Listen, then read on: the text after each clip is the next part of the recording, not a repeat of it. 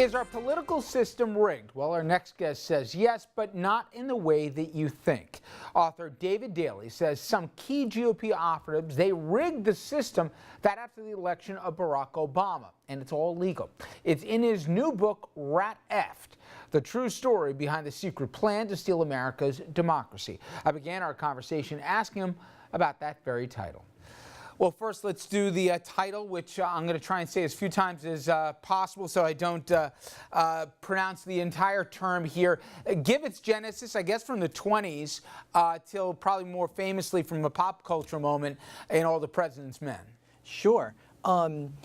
Really, gerrymandering is the kind of thing that made everybody's eyes glaze over in 8th grade American history civics class. So really, we wanted to have a title that popped and captured the kind of outrage that people ought to feel about the way our democracy has been rigged and rejiggered through this process of redistricting. It's really at the genesis of why our politics feel so extreme, so broken, so dysfunctional. You can trace it back to Edmund Wilson's history of the 1920s. You can trace it back to Watergate, and it was one of the key terms that Woodward and Bernstein came across, and they realized they could go all the way to the top on that one. One of their sources at the Justice Department told them. Well then, David, let's fast forward to Sure. It's after the 2008 election.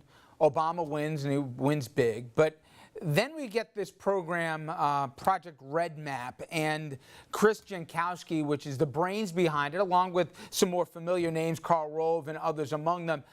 And they looked at the map, and they also looked at the calendar, and they realized the census was coming up.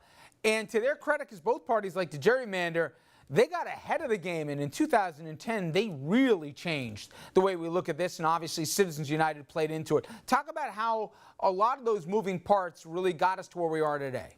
It's a brilliant strategy, really. I mean, gerrymandering, as you say, goes back to 1788, 1790. It goes back to the founding of the Republic. Both sides have done it for years. What the Republicans figure out in 2010 is how to do gerrymandering on steroids with the help of amazing new computer technology and mapping technology and demographic detail.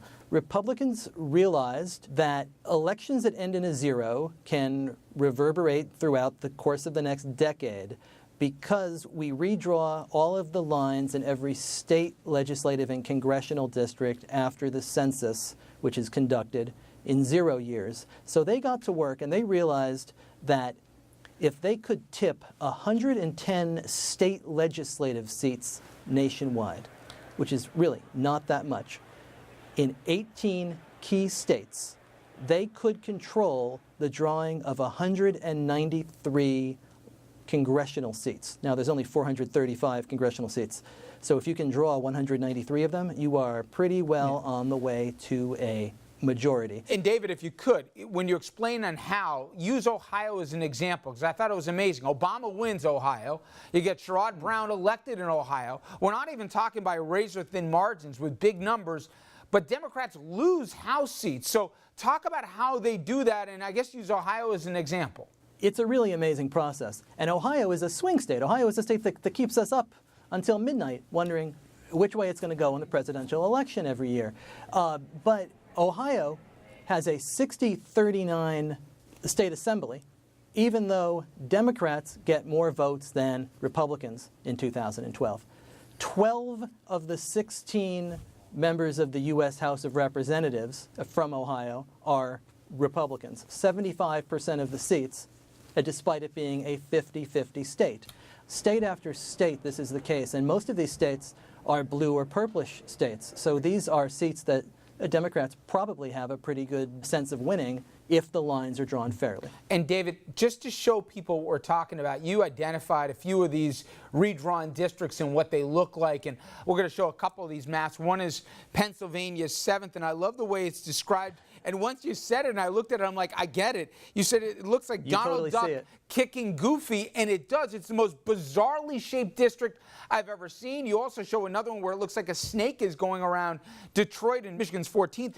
They make no sense to a kindergartner that this would be how you would pick a district, but nonetheless, with the technology you described and the mapping, they'll write off the urban areas and not even try to get any representation in it. It's getting those suburban and rural districts to get, as you said, the magic numbers to get those majorities?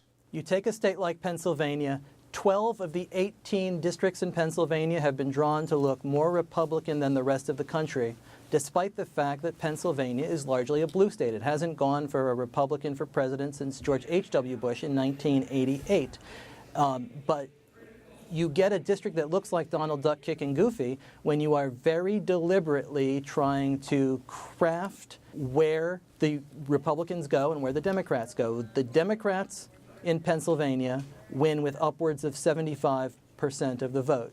Republicans in Pennsylvania win these districts at 55, 56, 57. The goal is to pack as many of the other side's voters as you can into as few districts as possible. Take all the surrounding ones for yourself.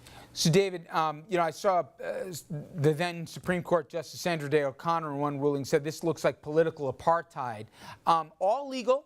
Nobody's alleging any illegality here. This is one of the benefits or detriments of Citizens United, if you will, that with dark money, you can really influence these races where the Democrats, I think you even wrote, was political malpractice, that they didn't see this thing coming and they didn't do their due diligence to combat it. But nonetheless, we are where we are. Talk about some of the consequences, both obvious and not so obvious, to make such a dysfunctional democracy that we see and frustrates so many Americans today.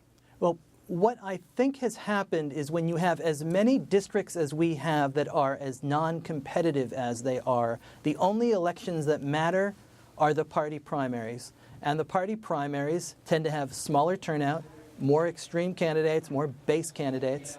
And when that's the case, it changes the tone and tenor of the kind of politician that gets elected to Congress. It changes the discourse, it changes the tone. We don't have to talk to each other anymore. And like you said, all of this happens really inexpensively. Dave, before I let you go, is the next best chance that anything's going to change the next census in 2020, that they're going to, again, depending on the elections, going to redraw the maps all over again? Or is there a chance we can find a nonpartisan group to just look at a state and say, please, this is how the thing should work here? Maybe we'll have a little disagreement, but in the main, at least, it makes sense. There are some court cases that are working their way through the system. The Supreme Court has never found a standard for partisan gerrymandering. There are some cases that are aiming to give them one. Otherwise, the next time that lines are drawn will be 2020. Democrats have to get out and win state legislative chambers coast to coast in all of these states in order to have a seat at the table in the redistricting that will take place after the 2020 election. It's a real uphill fight, and I think it could take another 10 years after this for this to actually shake out. Well, again, the book is Rat Effed. You can fill in the gaps yourself. The true story behind the secret plan to steal America's democracy. A fascinating read. David Daley, thank you so much. I really appreciate it. Thank you. Up next, we'll take a look at some local headlines. Stay with us.